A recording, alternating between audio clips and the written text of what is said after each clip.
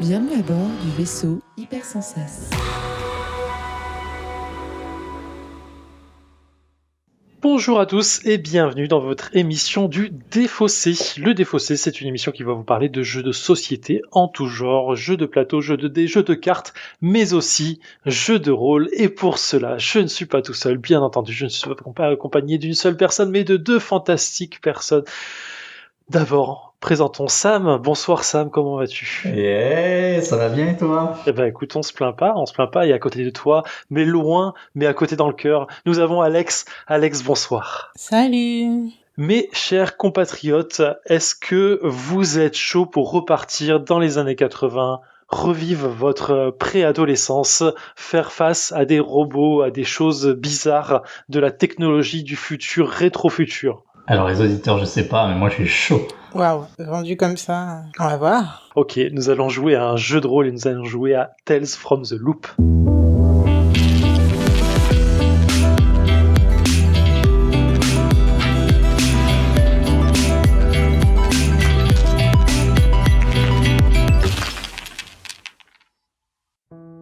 Donc comme je le disais en intro, nous allons jouer à Tales from the Loop. C'est un jeu de rôle qui a été créé par Simon Stalenhag. J'ai du mal à le prononcer. C'est un jeu qui se veut nord-européen. Alors je crois que c'est suédois, j'ai un doute, je vais dire sûrement une connerie là-dessus.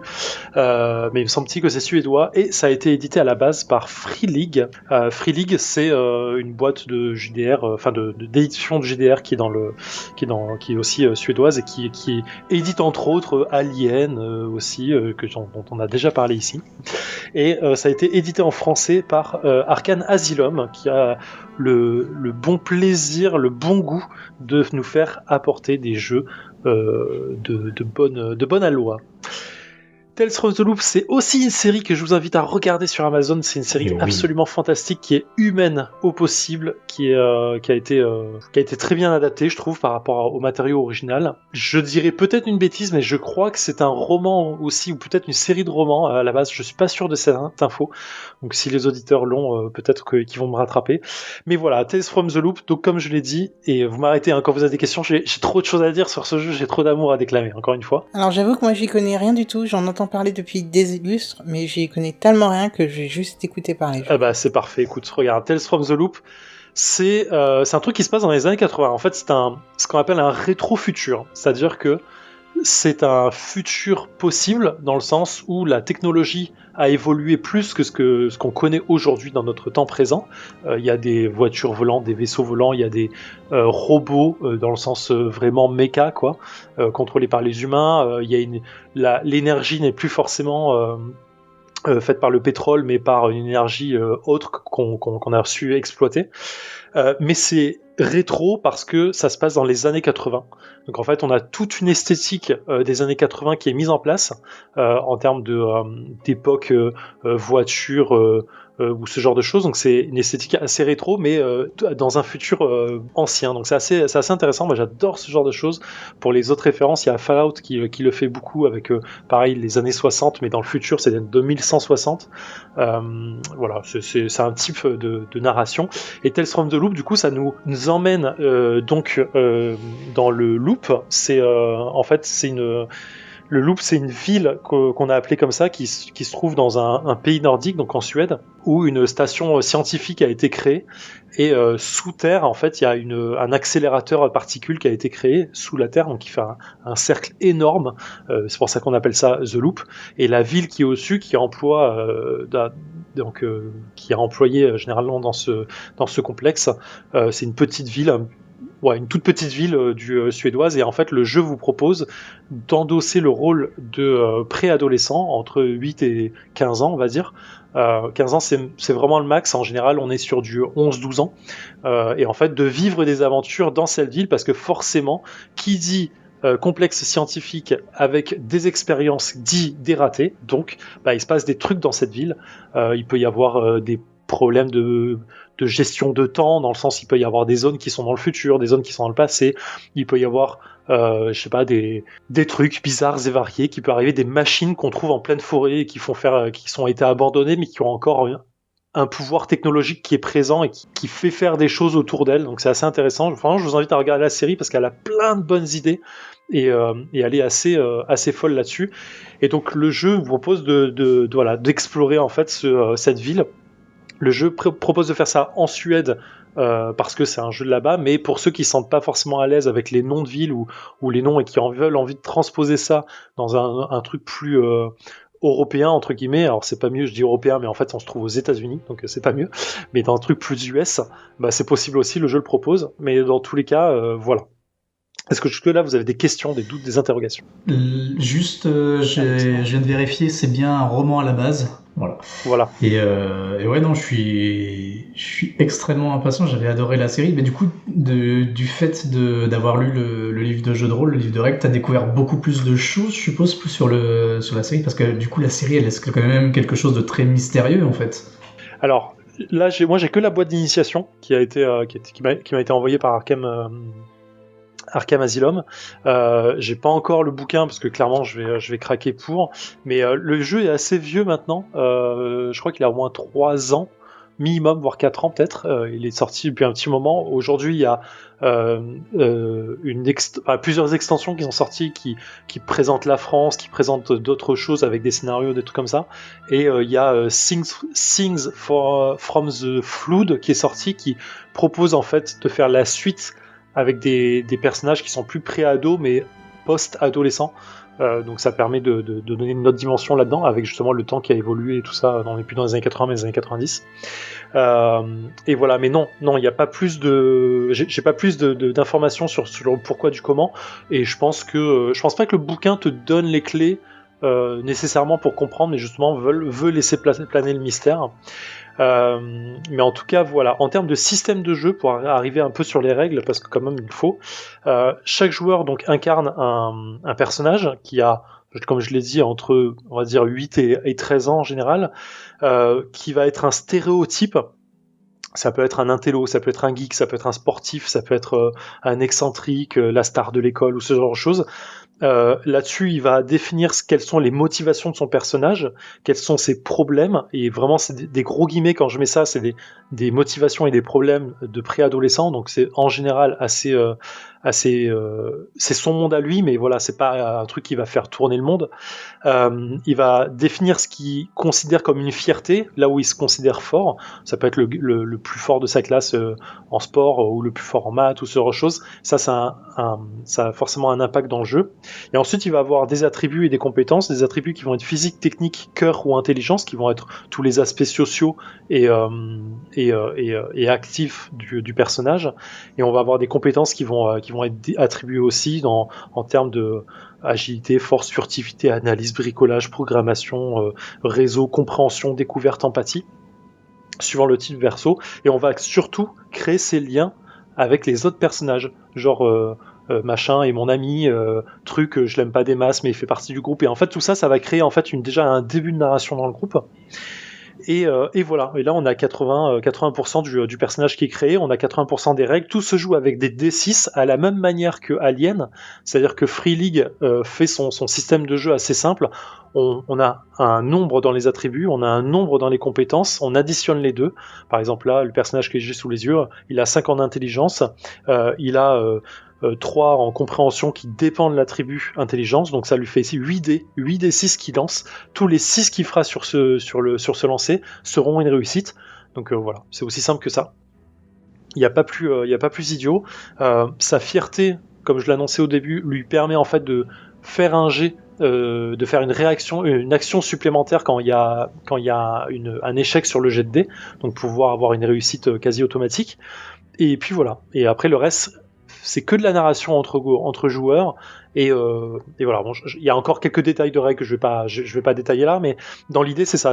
C'est vraiment un jeu qui va se baser sur les peurs et les envies des préadolescents dans un monde où la technologie est comme ultra présente et où le mystère est complètement entier dans chaque scénario, quoi. Voilà, j'ai beaucoup parlé. Est-ce qu'il y a une inspiration sur Stranger Things ou alors oui, enfin je pense que Stranger Things, je sais pas s'il s'inspire beaucoup de ça, mais clairement c'est venu dans cette bulle de revival des années 80, enfant un peu à la Goonies, un peu à la truc si vous avez connu. Et clairement, voilà, bon, c'est venu un peu dans ce mood-là. Et c'est pas plus mal. Maintenant, on en bouffe un peu trop. Enfin, moi, j'en ai un peu ras le cul de voir ce genre de choses. Mais bon, ça reste bon. Ouais, dans Tales from the Loop, je trouve qu'il y avait quand même un esprit un peu moins, du coup, un peu moins, je dirais, Goonies, dans le sens où c'est, il y a quelque chose de beaucoup plus mélancolique en fait. On n'est pas dans l'ultra fun, on est dans quelque chose d'assez, d'assez contemplatif dans les scènes, beaucoup de temps mort, beaucoup de calme, et du coup ça donne une ambiance totalement différente. Ouais, je te rejoins complètement. Effectivement, Stranger Things, Goonies, ça reproche un peu parce qu'on a les enfants un peu héros qui arrivent toujours à faire quelque chose, qui s'en sortent et qui créent en fait l'action, qui font avancer le plot par leurs actions. Effectivement, dans Tales from the Loop, on a plus un côté où les gens subissent ce qui se passe, et du coup, c'est ouais, comme tu le disais, c'est très mélancolique. En fait, on se base beaucoup sur les peurs et des héros, en fait, des protagonistes, et du coup, c'est intéressant de les voir réagir avec ça, et surtout, c'est un peu plus psychologique que l'action qu'on peut voir dans les Goonies ou dans Stranger Things. Mais c'est pour la série dont je parle, et ça se reflète un peu moins peut-être dans le jeu de rôle, dans le sens où les héros, c'est quand même les personnages joueurs qui sont donc ces enfants-là et qui vont tout faire pour réussir leur action et tout faire pour réussir leur scénario. Donc on a un peu cet effet parfois d'avoir des enfants un peu surdoués, mais c'est le jeu qui veut ça, et c'est assez agréable pour les joueurs de ressentir ça en fait. Mais ça n'empêche pas d'avoir effectivement des phases un peu plus tristes ou un peu plus psychologiques. Ok. Voilà, écoutez, si vous êtes chaud, je vous propose de nous y lancer. On va jouer avec deux patronautes qui sont avec nous ce soir. Et puis un voilà. Seul finalement, Quantum V, mais eh bien, ça va le faire quand même. Un seul dans ce cas-là, et ça ira très très bien. Let's go. Let's go. Non, j'essaye de retrouver Linda et Frédéric, et puis je leur dis j'ai réussi à entendre un petit peu ce que le prof de maths disait apparemment. Ok, j'essaye les fenêtres parce que rentrer par la fraction chez des gens c'est bizarre quand même. T'essayes de péter les fenêtres ou t'essayes d'ouvrir les fenêtres? Non, j'essaye de relever les fenêtres en me disant il y a une chance. Ah oui, bien sûr. Moi je tous rentre, les trois. Tous les trois, ouais. Peut-être que quelqu'un reste faire le gay, je sais pas. Qui rentre en premier? Attention. Donc on va essayer de faire une petite pirouette sachant que agilité 0 quoi. Et en fait, tu le regardes, tu le soulèves, tu regardes sous couture, tu commences un peu pas à le démonter, mais juste à regarder certaines parties qui se décrochent assez facilement pour accéder au cerveau moteur et à la mécanique. Et nous sommes de retour dans le défaussé après 1h45 du jeu de rôle Tales from the Loop d'Arcane Asylum, en compagnie d'Alex, de Sam et de Quantum, qui est l'un de nos auditeurs qui joue avec nous. Je vais commencer par toi, Alex. Qu'est-ce que tu as pensé de cette partie? Ça me gêne que tu commences par moi parce que ouais, le jeu de rôle, c'est toujours pas plus que ça mon truc. On peut commencer par ça. Non, écoute, je pense que Sam va remonter le niveau après de cette troisième partie, donc ça va être très bien. Écoute, c'est vraiment étrange ce que fait le jeu de rôle pour moi, parce que j'attends, dans les trois qu'on a décidé de faire en cette période de Covid, Tales from the Loop, c'était vraiment celui qui me hypait le plus. Et très honnêtement, ni la première partie, ni le jeu qu'on en a fait ne me motive plus que ça à fouiller, à aller regarder les histoires qu'il y a pu avoir autour, les séries qu'il y a pu avoir, etc. Donc c'est vraiment, je pense, le style jeu de rôle qui me correspond pas. Outre ça, on est tombé sur l'histoire que tu nous as fait jouer là était vraiment intéressante dans le sens où on avait des personnages qui évoluaient, qui avaient vraiment leur propre histoire historique et lien les uns avec les autres. Et c'était assez fou en fait de se rendre compte comment on pouvait jouer en rapport avec ça. Je pense que c'est plutôt fréquent dans le jeu de rôle et c'est pas un truc de fifou, mais moi ça m'a vraiment impressionné et je trouve ça assez dingue, et j'imagine très très bien en fait comment en soi on peut jouer avec ça et interagir avec ça dans le comment dire, lors d'une campagne. C'est vrai que là, on fait que des jeux de 2 heures et c'est des one-shots. Mais en fait, tout ce qu'on sait nous sur notre personnage, je pense que ça doit être tellement dingue de le découvrir par la suite en interagissant avec des PNJ ou les autres joueurs. Donc, je pense qu'en vrai, je voudrais pas jouer moi-même en faisant une campagne parce que je survivrai sans doute pas à ça. Mais je trouve ça super intéressant et je sais pas, en fait, faudrait peut-être que j'écoute du JDR. Je sais pas exactement ce qu'il faudrait que je fasse. Mais bon, en tout cas, ça me rend assez curieuse, même si ça fonctionne pas pour moi. D'accord.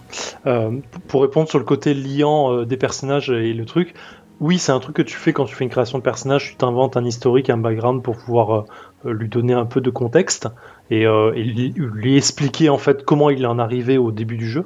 Mais Tales from the Loop, elle te sait bien que en quelques phrases, on va lier les choses, donner un petit truc, un petit caractère au personnage, et on n'a pas besoin d'aller plus loin forcément pour pouvoir s'imaginer ce que c'est là. Clairement, les personnages de Tales from the Loop, c'est voilà, une fierté, un petit problème, un petit truc, et bam, on a déjà notre personnage, et on a une petite phrase sur nos camarades de classe ou les autres personnages qui sont avec nous, comment on les ressent, comment on les aime ou pas, qu'est-ce qui nous attire ou pas chez eux, et bam, c'est complètement lié en une seule page. C'est pas complexe, c'est pas profond, mais ça suffit pour faire du jeu de rôle déjà, et jouer avec correctement. Et ça, c'est un petit point fort que j'aime bien sur ce jeu, c'est que c'est simple mais pas simpliste. Exactement. Sam ? Ouais, moi de base j'étais bien hypé par Tales from the Loop parce que l'univers de la série, j'ai pas lu les livres, mais la série franchement je trouve que ça s'y prête, que tu as un univers qui est suffisamment étendu et mystérieux pour pouvoir te permettre de faire beaucoup de choses et que ce soit pas attendu spécialement. Et je trouve ça très chouette, l'ambiance je la trouve très très chouette aussi. Et pour revenir sur notre scénario, alors c'était assez sympa. C'est marrant que dans les thématiques qui sont abordées pour un univers qui parle des années 80 sont également dans le même. Moi j'ai retrouvé vraiment des dessins animés, des films de mon enfance qui me sont venus très vite en tête. Je parlais de Daryl durant l'émission, et clairement ouais, il y a un petit côté comme ça, le petit garçon qui est l'ami un peu de tout le monde et qui a un secret, et ça j'ai trouvé ça très plaisant.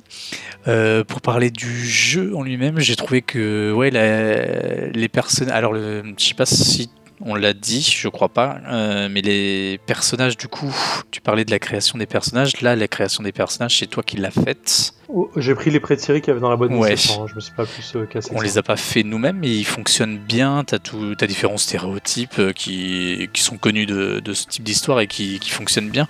Mais comme tu disais, il y a ce côté aussi création des liens entre les personnages qui marchent vraiment bien. Et dans notre cas, je pense qu'on n'était pas assez nombreux.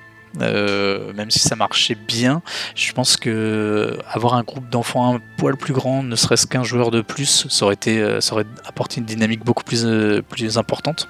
Ah bon, tu veux dire ça dans quel sens ? Parce que là, j'ai pas ressenti le manque de camarades, quoi. Non, je trouve qu'on a bien fonctionné ensemble, mais créer quelque chose de, je sais pas, dans la dynamique même dans ma vision de l'histoire et des personnages, avoir 3 personnages c'est déjà bien. Je pense qu'avoir un 4e, ça aurait vraiment créé une sorte ça aurait dupliqué un petit peu les relations, on se serait peut-être séparés à d'autres moments, ça aurait peut-être permis de faire des groupes, ça aurait peut-être permis de développer un peu plus Là, en repensant au scénar qu'on vient de faire, en fait, je vois pas trop à quel moment on aurait pu tant que ça se séparer. Enfin, en fait, je t'avoue que je vois pas trop ce que ça aurait amené. Ouais, on aurait pu faire le choix, par exemple, d'un groupe qui descend vers le port, l'autre vers le bunker, tu vois, ce genre de choses. Après, je rejoins un peu Sam sur le côté 4 joueurs autour d'une table. C'est toujours plus agréable, c'est un bon équilibre en fait. En jeu de rôle, en général, c'est un bon équilibre. Plus ça devient un peu plus complexe, moins tu sens qu'il peut manquer quelque chose. Là, sur le scénario, ça suffit, 3, c'est pas plus que ça. Mais dans certains cas, un 4e jour est toujours plus agréable. T'as l'impression d'avoir un équilibre permanent en fait entre les joueurs, je sais pas, il y a un truc qui fonctionne mieux. Après, mais je vois ce que veut dire Sam là-dessus, mais là, en termes d'interaction, avoir une 4e personne, ça peut aussi créer d'autres choses. C'est intéressant. Et sinon, bah ouais, non, j'ai trouvé ça très agréable. Le côté enfant, c'est marrant, ça m'a fait un double effet. Ça m'a fait le fait de jouer des enfants. Je crois que j'ai jamais joué d'enfant dans un jeu de rôle. Et il y a un côté assez naturel, et du coup, t'as beaucoup moins peur de jouer les personnages, de jouer des choses que en essayant d'être proche de ton personnage, tu ferais pas parce que tu te dis non, bah ça, mon personnage il le ferait pas. Là, je pense que le fait d'avoir des enfants, t'as une sorte de fraîcheur et de naïveté qui te dit ouais, on y va parce que dans notre tête, on a envie de vivre des aventures comme on les voit dans les films et des séries, et ça participe un petit peu à quelque chose d'assez assez frais. Après, c'est vrai que j'ai eu peut-être plus de mal à me projeter clairement dans le rôle, mais ça c'est pas très grave, on finit toujours par s'y faire, mais ouais, j'ai trouvé ça très sympa. Et non, sinon l'univers il est cool, quoi. T'as plein d'éléments, toutes ces illustrations qui viennent au fur et à mesure que tu nous as envoyées, qui sont proches de la série, qui sont en plus très belles, qui sont très, très visuelles. Ça participe énormément à l'univers, et cet univers il a... Ah ouais, t'as envie de l'explorer, t'as envie de faire des choses dedans. J'aimerais vraiment tester une campagne là-dedans, quoi. Ça m'a fait penser à l'univers de Sight un petit peu, perso. Ouais, je vois ce que tu veux dire. Ouais, effectivement, il y a un côté, comme il y a un côté un peu futuriste sur surtout le trait aussi. Même les paysages, ouais, le trait, les paysages, ça, je vois complètement ce que tu veux dire, clairement. Mais les illustrations sont complètement dingues, hein, là-dessus, c'est un taf de malade, et je kiffe très fort. Mais ouais, je ressens, je vois ce que tu veux dire sur le côté enfant. C'est un des... Alors il y a plusieurs jeux qui te font jouer des enfants, mais c'est celui-ci avec Little Nightmares qui est... pas Little Nightmares, pardon, c'est le jeu vidéo. Et du coup, je retrouverai plus le nom du jeu de rôle. C'est pas grave. Et du coup, il y a un autre jeu comme ça où tu joues des enfants dans un monde un peu plus horrifique. Et c'est les deux jeux que j'adore là-dessus. Tales from the Loop, j'adore son côté rétro-futur. Et du coup, qui est ultra permissif sur plein de trucs. Et ouais, c'est un monde que j'apprécie énormément, quoi. Et pourtant, quand le jeu était sorti à la base, il était en Kickstarter, j'étais pas fan de l'idée, mais voilà, quand l'avoir eu en main et avoir vu la série surtout, qui m'a donné plein de références et plein de trucs, ça m'a donné vraiment envie de le faire jouer. Oui, non, juste, ouais, ça donne envie d'aller un petit peu vers toutes ces possibilités, parce que rien que dans la première saison, t'as un champ de possibilités qui est gigantesque, quoi.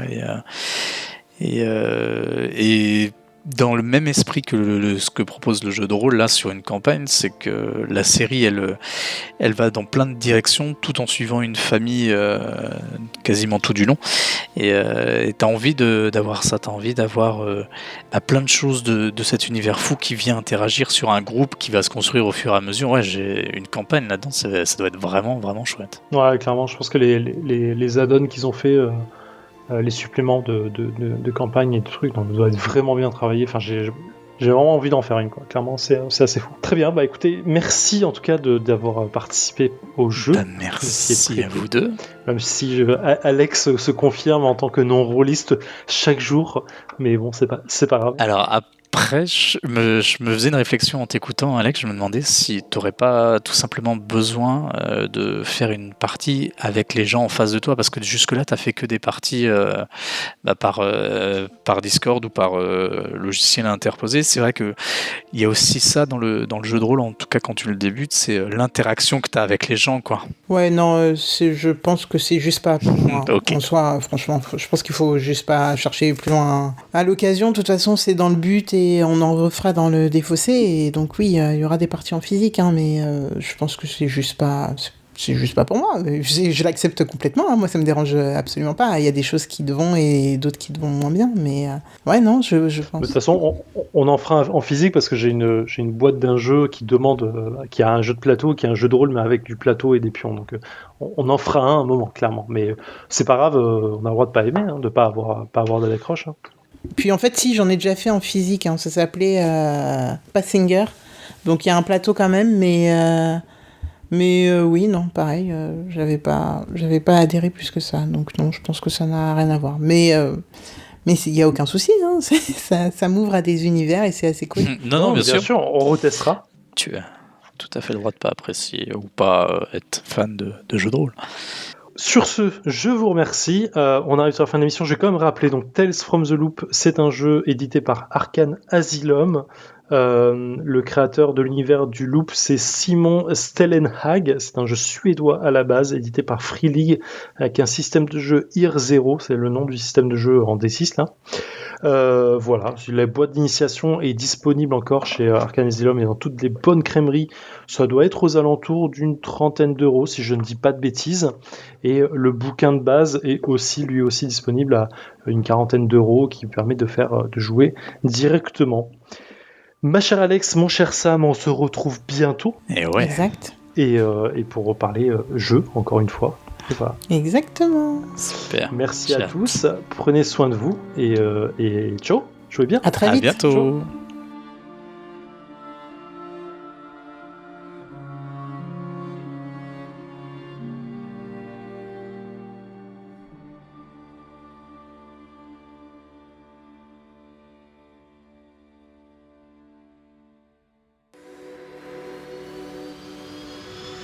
Fin de transmission.